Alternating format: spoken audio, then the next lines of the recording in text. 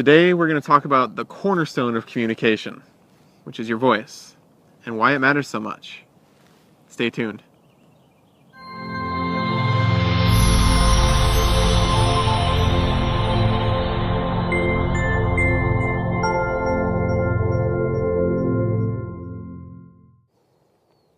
Hi, we're Becky and Corey Center, and we're excited to share with you today why your voice matters. You know, a lot of our passion is around the voice and around communication and around creating your reality.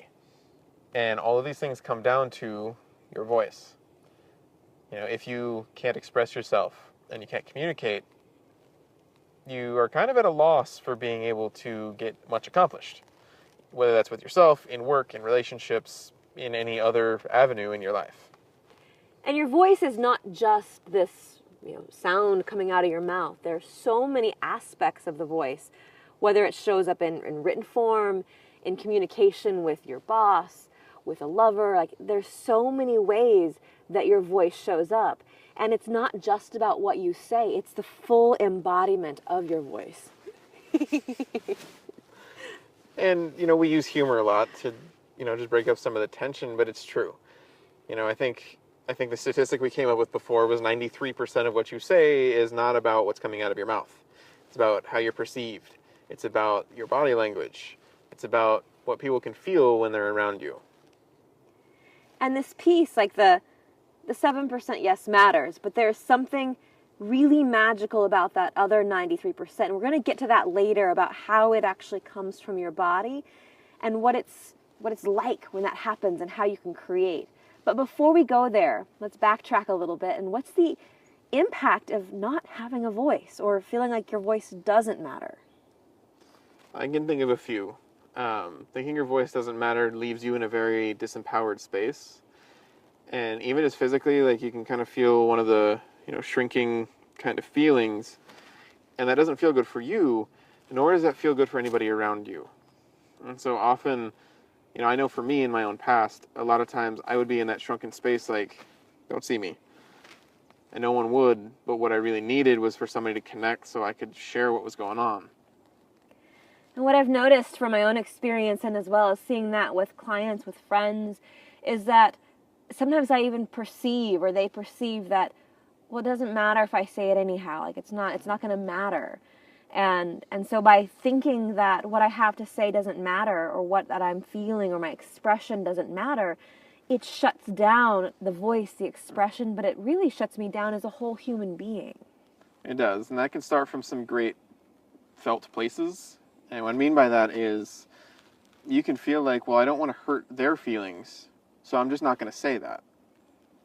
Which is a little different flavor than my voice doesn't matter, but it turns into, well, it doesn't matter if I say that anyway, when it really does. To be able to let that out and really express hey, you know what? This is how I feel. That's not, I'm going to speak my truth and throwing your stuff all over people. That doesn't help. But to even preface hey, I feel like this might hurt your feelings, but I really need to express myself. It allows for some really clean communication between you and somebody else, and you'll know where each other are at all times that way. And that's one of the first aspects around your voice mattering is what it is like to have really clean, clear communication. And this may be something that got shut down early on. And that doesn't even mean that someone told you to shut up. Our voice gets shut down early on in so many different ways. And I imagine that if you're watching this, you have some sort of story from the time you were little or even until now about your voice being shut down. I remember when my friends and I were learning how to use pendulums for the first time. I practice different kinds of magic as well as other spirituality and consciousness pieces, which I'll get into some other time. The point being, my buddy was learning to use a pendulum, and I asked him to ask it if I would be a prolific writer, if I would be well known for writing someday. And the answer came back no. So I stopped writing. The thing is, I'm an amazing writer and I love to write. I've been published since I was 19. But because of that statement, I gave it up. And he didn't mean bad, we were kids. But it made an impact. And so now what we are trying to undo a lot of the time is repatterning so that we remember that our voice does matter.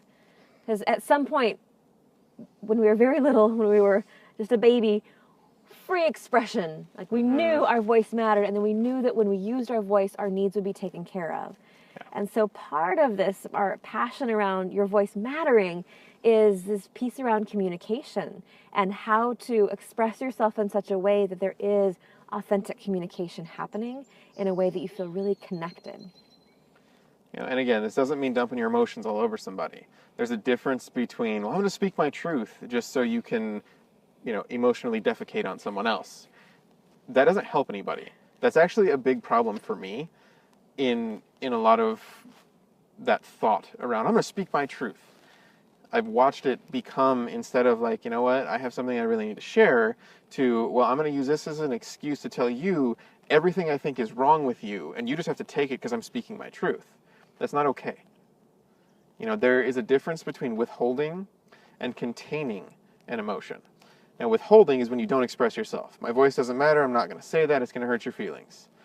That will just build up inside you and eventually come out an explosion that has nothing to do with whatever situation you've exploded on. But containing is, okay, I'm going to sit with this for a moment, I'm going to really feel it, and I'm going to be in a centered space when I communicate to you, like, hey, this is how I'm feeling. You're still feeling that. They can still feel that you're feeling whatever you've expressed. But you've opened up the space for a conversation. And that conversation allows you to create something new. It really allows for a space of congruence. Because when we either withhold or blow up, which are two sides of the same coin, then there's this incongruence where the person you're communicating with is like, what just happened? This just seems way bigger than what just happened. And so, you know, it's finding that place of containment, which Corey mentioned, and then being able to come from a place of congruent communication. And that is allowing yourself to be seen, that's allowing yourself to be heard, to be felt, and it can be a little raw, it can be a little vulnerable, but it allows you to fully be felt, and then the level of emotion, the level of logic, all the pieces of you and your body match up with what you're saying. In that, I want to challenge you this week, this month, today. Find one way where you feel like you have an edge to your expression.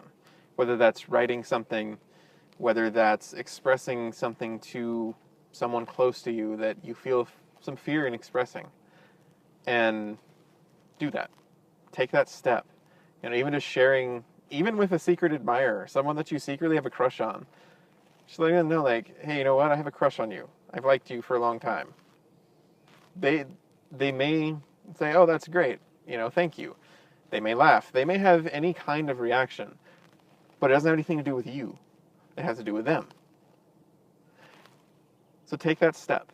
Just see how it feels for you.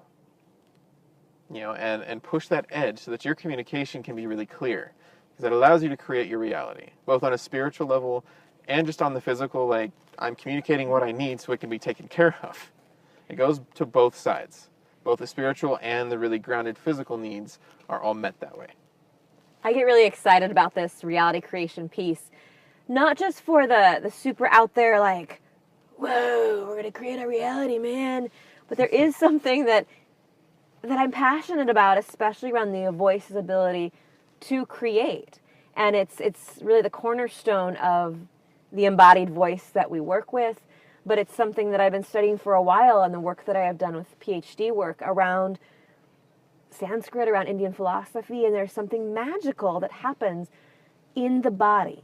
It's only one layer of speech is this outward one that we can hear, and that's kind of like that 7% of what you're saying being this outward speech. But there's 3 other layers, and they are so magical in being able to create what you want.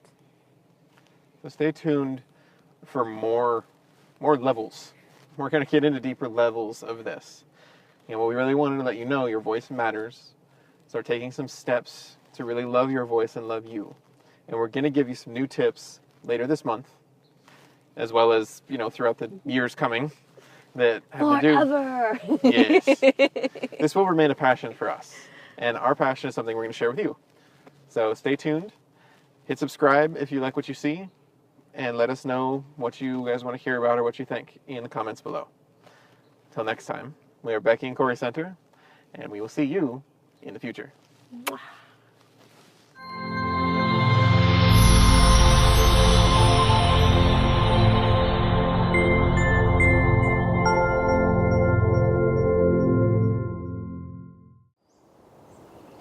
Your voice matters. Mine?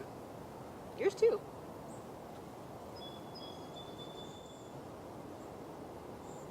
Something about your voice. I actually don't know. It matters. I think I thought you were talking.